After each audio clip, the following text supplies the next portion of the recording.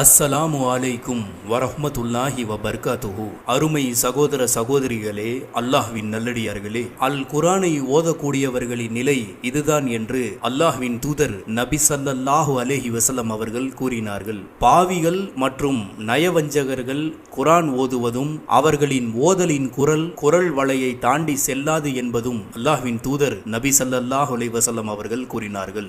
புகாரி என்ற நபிமொழி தொகுப்பினிலே 7560வது ஹதீஸாக இடம்பெறுகின்றது. அபு மூசா ரலியல்லாஹு அன்ஹு அவர்கள் அறிவிக்கின்றார்கள், அல்லாஹ்வின் தூதர் நபி ஸல்லல்லாஹு அலைஹி வஸல்லம் அவர்கள் கூறினார்கள், குர்ஆனை ஓதுகின்ற இறை நம்பிக்கையாளரின் நிலையானது நாரத்தை பழம் போன்றதாகும். அதன் சுவையும் நன்று, அதன் மனமும் நன்று. குர்ஆனை ஓதாத இறை நம்பிக்கையாளரான ஒருவரின் நிலையானது பேரீச்சம்பழத்தை போன்றதாகும். அதன் சுவை நன்று, ஆனால் அதற்கு மனம் கிடையாது.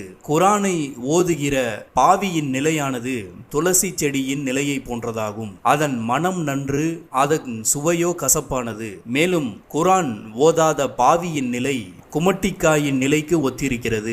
அதன் சுவையும் கசப்பானது, அதற்கு மனமும் கிடையாது என்று அல்லாஹ்வின் தூதர் நபி ஸல்லல்லாஹு அலைஹி வஸல்லம் அவர்கள் கூறினார்கள். மேலும் பாவிகள் மற்றும் நயவஞ்சகர்கள் குர்ஆன் ஓதுவதும் அவர்களின் ஓதலின் குரல் வளையை தாண்டி செல்லாது இருப்பதும் புகாரியிலே 7562வது ஹதீஸாக இடம்பெறுகின்றது. அபு சைத் அல் குத்ரி ரலியல்லாஹு அன்ஹு அவர்கள் அறிவிக்கின்றார்கள், நபி ஸல்லல்லாஹு அலைஹி வஸல்லம் அவர்கள் கிழக்கு திசையிலிருந்து ஈராக்கிலிருந்து சிலர் புறப்படுவார்கள். அவர்கள் குர்ஆனை ஓதுவார்கள், ஆனால் அது அவர்களின் நெஞ்செலும்புகளை தாண்டி செல்லாது. வேட்டைக்காரனின் அம்பு வேட்டையாடப்பட்ட பிராணியின் உடலிலிருந்து மறுபக்கமாக வெளியேறி விடுவதை போன்று அவர்கள் மார்க்கத்திலிருந்து வெளியேறி விடுவார்கள். பிறகு அம்பானது வில்லின் நான் உள்ள பகுதிக்கு தானாக திரும்பாத வரை அவர்களும் மார்க்கத்திற்கு திரும்பி வரமாட்டார்கள் என்று கூறினார்கள். அப்போது மக்கள் அவர்களின் அடையாளம் என்ன என்று